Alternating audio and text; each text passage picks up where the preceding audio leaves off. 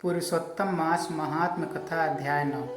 सूत जी बोले, तदनंतर विस्मयों से युक्त नारद मुनि ने मेधावी ऋषि की कन्या का अद्भुत वृत्तांत पूछा। नारद जी बोले, हे मुने, उस तपोवन में मेधावी की कन्या ने बाद में क्या किया और किस मुनि श्रेष्ठ ने उसके साथ विवाह किया? श्री नारायण बोले, अपने पिता को स्मरण करते करते और बराबर शोक करते करते उस कन्या में कुछ काल उस कन्या का व्यतीत हुआ। युद्ध से भ्रष्ट हुई हरणी की तरह घबराई, शून्य घर में रहने वाली, दुख रूप अग्नि से उठी हुई, भाप द्वारा बहते हुए अश्रु नेत्र वाली, जलते हुए हथ कमल वाली, दुख से प्रतिक्षण गर्म सांस लेने वाली, अति दीना घिरी हुई सर्पणी की तरह अपने घर में समृद्ध, अपने दुख को सोचती और दुख से मुक्त होने के उपाय को न देखती हुई उस किशोरी को उसके शुभ भविष्य की प्रेरणा से संतावना देने के लिए उस वन में अपनी इच्छा से ही पराक्रोधी, जिसको देखने से ही इंद्र भयभीत होते हैं, ऐसे जटा से व्याप्त साक्षात शंकर के समान भगवान दुर्वासा ऋषि आए। हे नारद, भगवान कृष्ण ने राजा युधिष्ठिर से कहा कि हे राजेंद्र, वह दुर्वासा आए जिसको कि आपकी माता कुंती ने बालापन में प्रसन्न किया था। तब उस सुपूजित महर्षि ने देवताओं को आकर्षण करने वाली विद्या उन्हें दी। और हे भोपाल, जिन्होंने सब देवताओं से नमस्कार किए जाने वाले मुझको भी रुक्मिणी के साथ रथ में बैलों की तरह जयता। दुर्वासा को बैठाकर रथ खींचते हुए जब हम दोनों मार्ग चलने लगे, तब चलते चलते मार्ग में अति तीव्र प्यास से सूख गए थे। कालू और ओष्ठ जिस रुक्मिणी के ऐसी जल चाहने वाले रुक्मिणी ने जब मुझे सूचित किया, तब कंधे पर रथ की जोत को रखे हुए चलते चलते ही पांव के अग्रभाव से पृथ्वी को दबा दिया। रुक्मिणी के प्रेम भूत में वशीभूत मैंने भोगवती नाम की नदी को उत्पन्न किया। तब वही भोगवती ऊपर से बहने लगी। अनंतर उसी के जल से, हे महाराज, रुक्मिणी की प्यास को मैंने बुझाया। इस प्रकार रुक्मिणी की प्यास का बुझना देख उसी क्षण अग्नि की तरह दुर्वासा क्रोध से जलने लगे और प्रलय की अग्नि के समान उठकर दुर्वासा ने शाप दिया। बोले, बड़ा आश्चर्य है हे श्री कृष्ण, रुक्मिणी तुमको सदा अत्यंत प्रिय है, अतः स्त्री के प्रेम से युक्त तुमने मेरी अवज्ञा कर अपना महत्व दिखलाते हुए इस प्रकार से उसे पानी पिलाया, अतः तुम दोनों का वियोग होगा। इस प्रकार उन्होंने शाप दिया था। हे युधिष्ठिर, वही यह दुर्वासा मुनि है।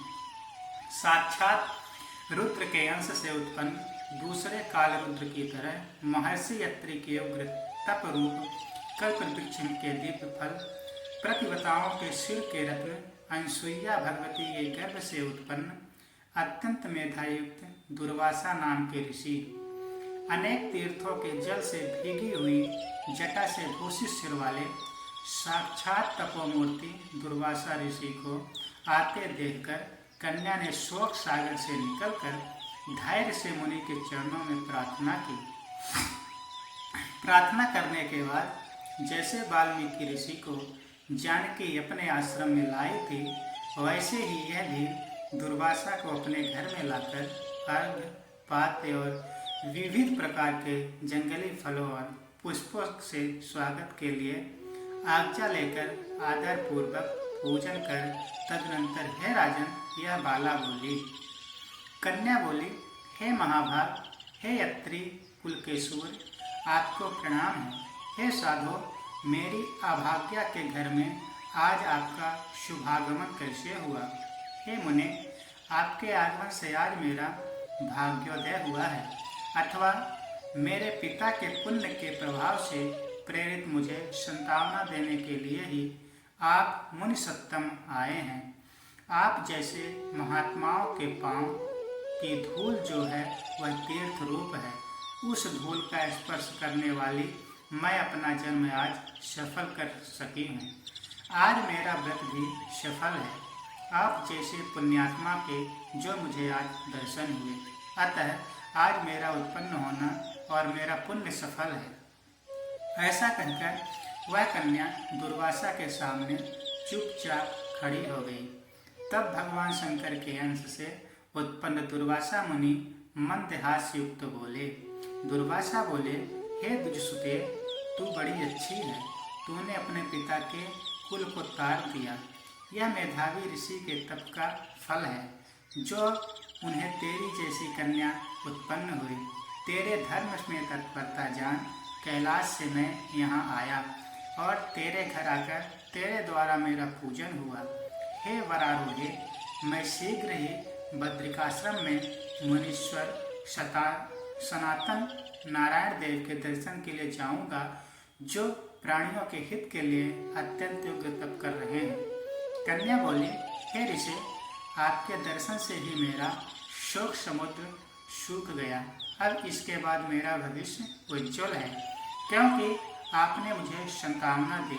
हे मुने, मेरी उस प्रदुभूत बड़ी भारी ज्वाला युक्त दुख रूप अग्नि को क्या आप नहीं जानते हैं? हे दया सिंधु, हे शंकर, उस दुखाग्नि को शांत कीजिए। मेरे विचार से हर्ष का कारण मुझे कुछ भी दिखलाई नहीं देता। न मुझे माता है, न पिता, न तो भाई है जो धैर्य प्रदान करता। अतः दुख समुद्र से पीड़ित मैं कैसे जीवित रह सकती हूँ? जिस जिस दिशा में मैं देखती हूँ वह दिशा मुझे शून्य ही प्रतीत होती है। इसीलिए हे तपोनिधे, मेरे दुख का निस्तार आप शीघ्र करें। मेरे साथ विवाह करने के लिए कोई भी नहीं तैयार होता है। इस समय मेरा विवाह न हुआ तो मैं फिर बिजली शूद्रा हो जाऊंगी। यह मुझे बड़ा भय है। इसी भय से न मुझे निद्रा आती है और न भोजन में रुचि होती है। हे ब्राह्मण, अब मैं शीघ्र ही मरने वाली हूँ। यह मेरा इस समय निश्चय है। ऐसा कहकर आंसू बहाती हुई कन्या दुर्वासा के सामने चुप हो गई। तब दुर्वासा कन्या का दुख दूर करने का उपाय सोचने लगे। श्री नारायण बोले, इस प्रकार मुनि कन्या के वचन सुनकर और इसका अभिप्राय समझकर बड़े क्रोधी मुनिराज दुर्वासा ने उस कन्या का कुछ हित विचार पूर्व कृपा से उसे देखकर सारभूत उपाय बतलाया। इत श्री विहांगातीय पुरुषोत्तमास में महात्मने नमो अध्याय। बोले वृंदावन बिहारी लाल के जय। मातेश्वरी माँ दुर्गे की जय। श्री राधे जय राधे, जय श्री कृष्ण जय जय राधे।